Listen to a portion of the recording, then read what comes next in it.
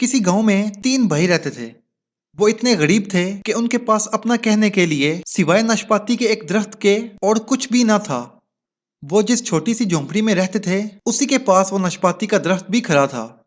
उन्हें उस नाशपाती के दरख्त के साथ बहुत मोहब्बत थी। जब नाशपातियां पकने लगती तो वो बारी बारी उस दरख्त पर पहरा देते। एक ना एक भाई हर वक्त उस नाशपाती के दरख्त के साथ रहता था। जिस वक्त एक भाई पहरे पर होता था उस वक्त बाकी 2 भाई खेतों पर काम करने जाते थे।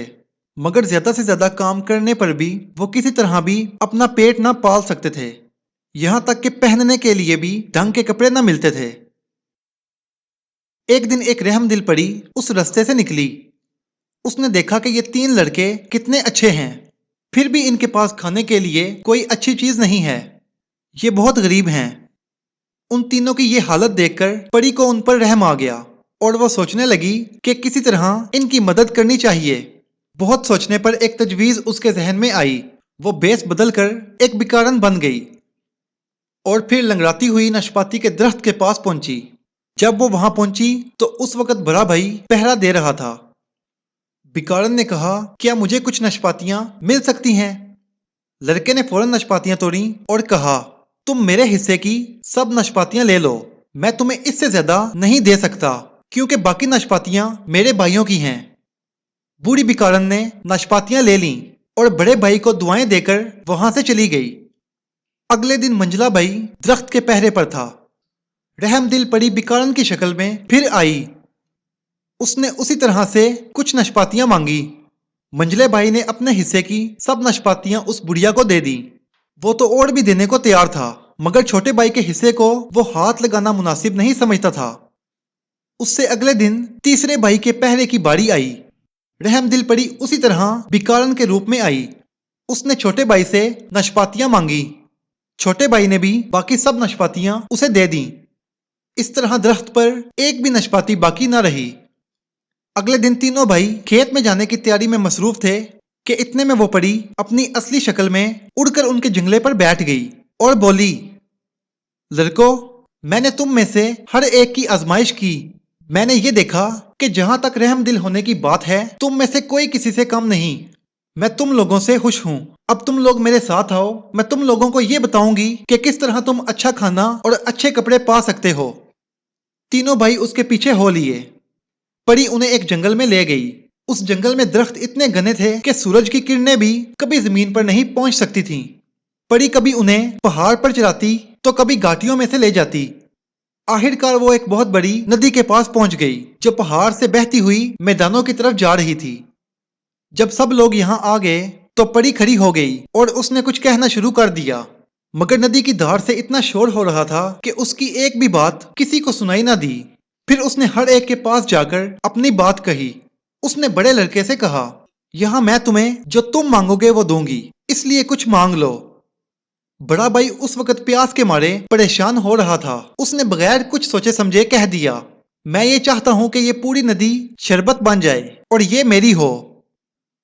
परी ने अपनी जादू की लकड़ी घुमाई और वो पहाड़ी नदी वसी झागदार सफेद पानी से बदलकर लाल शरबत की शक्ल में आ गई। जब ऐसा हो गया तो परी ने कहा, तुमने जो मांगा वो पूरा हो गया। अब इतनी बात याद रखना कि तुम इसका अच्छा इस्तेमाल करना। फिर बड़ा भाई वहीं रह गया। परी दोनों भाइयों को एक हरे बड़े खेत के सामने ले गई। उस खेत के पास एक घास का मैदान था और उसमें सैकड़ों फाख्ताएं थीं। ये फाख्ताएं बीज और कीड़े ढूंढने में मसरूफ थीं। रहमदिल परी ने मंझले भाई से कहा, अब तुम कोई चीज मांग लो, मगर सोच समझकर मांगना। मंझले भाई ने थोड़ी देर तक सोचकर कहा, मैं ये चाहता हूँ कि मैं एक अच्छा किसान बन जाऊं, इसलिए आप इन फाख्ताओं को बेड़े बना दें और मैं उनका मालिक बन जाऊं। रहमदिल परी ने जादू की लकड़ी घुमाई और यकायक ये नजर आया वहां फाख्ताओं की बजाय बेड़ें चल रही थीं। परी बोली, वो देखो, वो सामने वाला खेत तुम्हारा है, ये बेड़ें भी तुम्हारी हैं। अगर तुम चाहो तो एक अच्छे किसान बन सकते हो और तुम्हें किसी भी बात की कमी नहीं रहेगी। अपना मुस्तकबिल बनाना और बिगाड़ना तुम्हारे ही हाथ में है। उसके बाद परी सबसे छोटे भाई को लेकर पहाड़ों की तरफ चली। जब वो एक पहाड़ के नीचे पहुंच गई तो उसने छोटे भाई से पूछा, तुम्हारे दिल में क्या ख्वाहिश है? जो चीज चाहो मांग लो। छोटे भाई ने फौरन जवाब नहीं दिया। वो बहुत देर तक सोचता रहा, फिर बोला, मैं एक खूबसूरत सी राजकुमारी चाहता हूँ जिससे मैं शादी कर सकूं। इस पर वो परी मुस्कुराई और बोली, तुम जो मांग रहे हो वो बहुत मुश्किल है, फिर भी मेरे साथ आओ, देखो क्या किया जा सकता है। बहुत दिनों तक वो परी उस लड़के को अपने साथ लेकर फिरती रही। कई दिन यूं ही गुजर गए। आखिर वो एक शहर में आए जहां एक बड़ा राजा रहता था। परी सीधी ही राजमहल में गई और बोली, क्या मैं राजकुमारी से मिल सकती हूँ? मैंने सुना है कि राजकुमारी बहुत अच्छी और खूबसूरत है, अब ये देखना है कि वो कैसी हैं।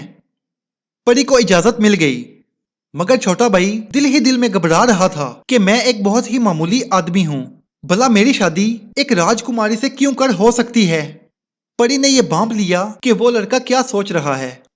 फिर वो दोनों राजमहल के बड़े दालान के अंदर आ गए। जब वो वहां पहुंचे तो उन्होंने देखा कि उनसे पहले बहुत से दूसरे लोग राजकुमारी से शादी करने के उम्मीदवार बैठे हैं। मालूम हुआ कि उनमें से दो तो खास उम्मीदवार हैं। सामने ही वो तमाम तोहफे और सौगातें रखी हुई थीं जो दुल्हे राजकुमारी के लिए लेकर आए थे। परी ने उन चीजों के पास ही बेरों की टोकरी रख दी जिन्हें वो रास्ते से चुनकर लाए थे। छोटे भाई ने जब परी को ऐसा करते हुए देखा तो उसे बहुत शर्म आई और उसने परी को ऐसा करने से रोकना चाहा। उसने दिल ही दिल में ये सोचा कि ये लोग तो सोना चांदी और खुदा जाने क्या क्या लाए हैं, इनके पास तो सिर्फ बेरों की टोकरी होगी, उससे कुछ काम बनेगा नहीं बल्कि सिर्फ तमाशा होगा। मगर इस बात पर परी मुस्कुराती रही और मना करने पर भी टोकरी वहीं रहने दी। उसके बाद दलान के लोगों में कोई चहल पहल नजर आई। सब के सब खड़े हो गए क्योंकि राजा राजकुमारी के साथ उस दलान में दाखिल हो रहे थे। उनके लिए एक किनारे पर एक तख्त रखा हुआ था, वो उसी पर जाकर बैठ गए। फिर तीनों उम्मीदवार सर नीचा करके खड़े हो गए।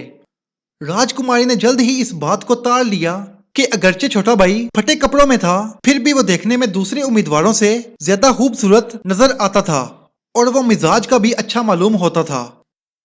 दो उम्मीदवारों में से एक अधेड़ और मोटा था, दूसरा लंबा और दुबला था। राजकुमारी को वो दोनों पसंद नहीं आए। उसने अपने बाप से कहा कि वो उस फटे कपड़ों वाले नौजवान से शादी करना पसंद करेगी, मगर राजा की यह ख्वाहिश थी कि राजकुमारी उन दोनों उम्मीदवारों में से किसी से शादी करे क्योंकि वो बहुत अमीर थे। मगर राजा को साथ ही साथ अपनी लड़की का भी बहुत ख्याल था, इसलिए वो उसे दुखी नहीं करना चाहता था।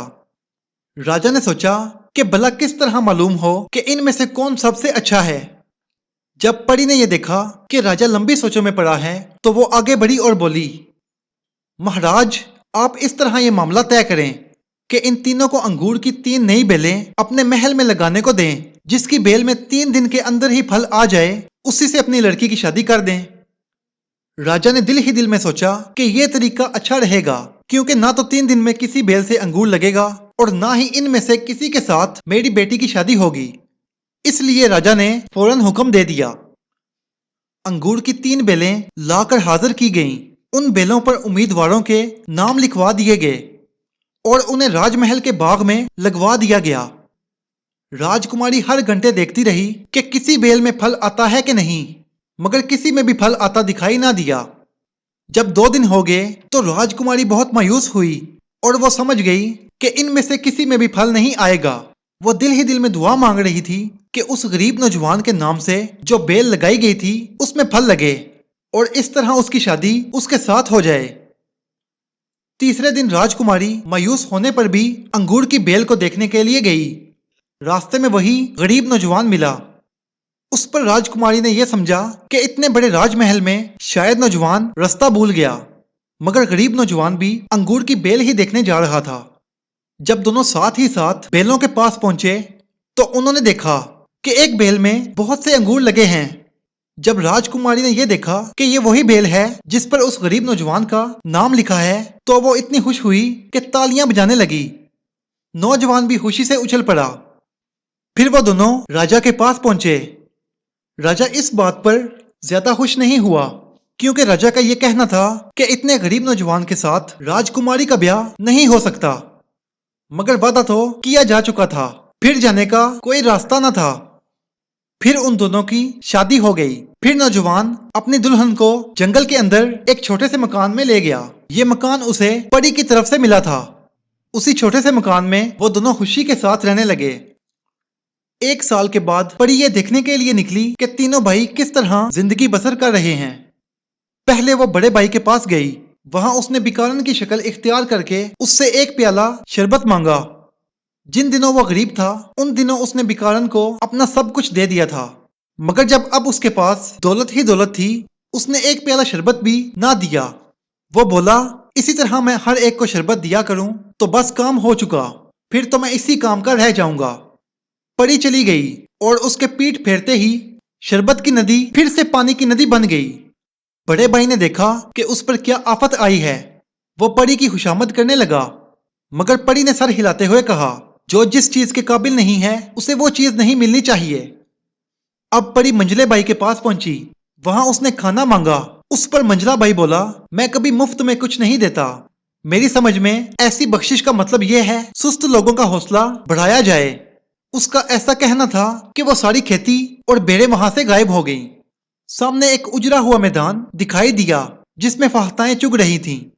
अब परी बोली, जाकर उस नाशपाती के दरख्त के नीचे बैठो और वहां बैठकर अपनी गलती पर गौर करो। याद रखो कि अगर बनाने वाले ने तुम्हें किसी काबिल बनाया है तो दूसरों की मदद करने से पीछे ना हटो। अब परी तीसरे भाई के यहाँ पहुंची। उस वक्त छोटा भाई अपनी दुल्हन के साथ खाना खा रहा था।